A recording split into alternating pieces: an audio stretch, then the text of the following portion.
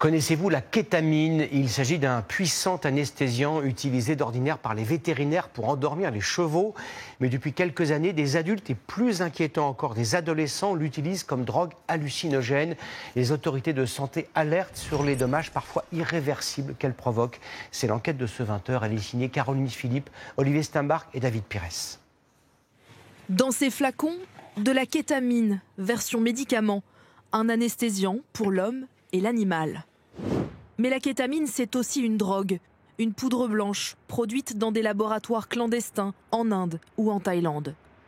Cette substance, prisée par les jeunes, procure une sensation de flottement et de bien-être. Le problème, c'est qu'il suffit d'en prendre un peu trop pour ne plus être en phase avec la réalité, être dans l'incompréhension en fait, du monde qui nous entoure et être dans un trip très psychédélique, avec des hallucinations qui font qu'on se met vraiment en danger si on n'est pas entouré des bonnes personnes, quoi. Elisa prend son premier rail de kétamine à 18 ans.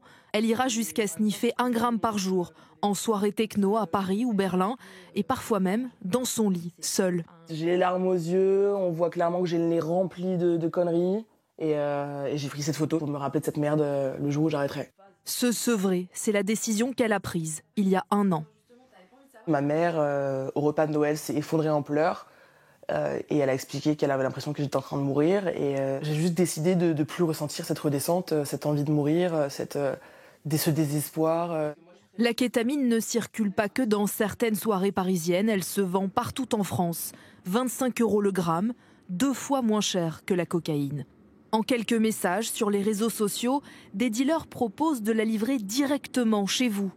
Pour la première fois en 2024, la kétamine est comptabilisée officiellement dans le bilan des saisies douanières, environ 450 kilos l'an dernier.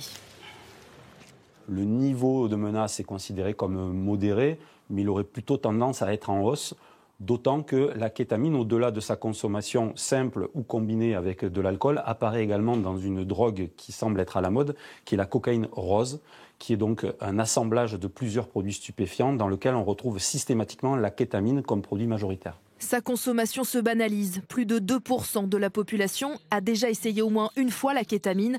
Un virage préoccupant, selon cette médecin. Depuis 3 ans, le nombre de consommateurs de kétamine augmente et sa consommation se fait selon des modalités beaucoup plus fréquentes, beaucoup plus régulières, avec des doses plus importantes. Et quand on est dans cette configuration-là, c'est hélas la situation dans laquelle les complications sur la santé émergent.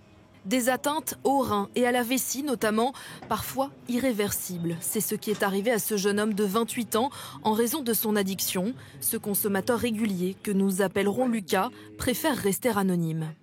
L'urine était tellement toxique qu'elle attaquait les muqueuses de la vessie et la vessie se rétrécissait. Tu as besoin d'aller aux toilettes toutes les 10, 15 minutes, 30 minutes, ça dépend. Enfin, tu perds le sommeil, c'est pas une vie. Mais aucun traitement possible. Lucas a dû subir une ablation de la vessie en mars dernier. Depuis, il vit avec une poche.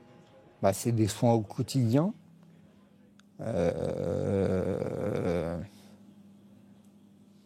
C'est pas facile.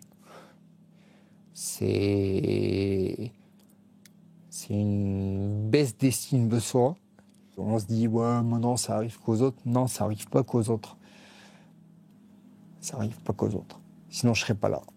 Pour ma santé, le mieux, ce serait d'être abstinent, mais il y a quelque chose de plus fort qui est en moi. Pour sensibiliser à ces dangers, Lucas a partagé son histoire sur son compte TikTok. C'est ce que la kétamine, elle peut te faire. Après beaucoup de consommation excessive. Cet addictologue, très actif sur les réseaux sociaux, la réutilise pour toucher les plus jeunes, de plus en plus nombreux à lui écrire. Donc vous voyez, la kétamine, c'est quand même devenu très récurrent, alors qu'avant, on n'en avait pas. Les jeunes ont peur d'en parler, parce qu'ils sont très jeunes, et ils ont peur des conséquences judiciaires. Et là, il faut les rassurer. Dans les consultations de jeunes consommateurs, c'est gratuit, c'est anonyme, on est là pour les aider. Leur réapprendre à sortir sans consommer ou encore à gérer leurs émotions avec des thérapies comportementales, car à ce jour, il n'existe aucun traitement de substitution à la kétamine.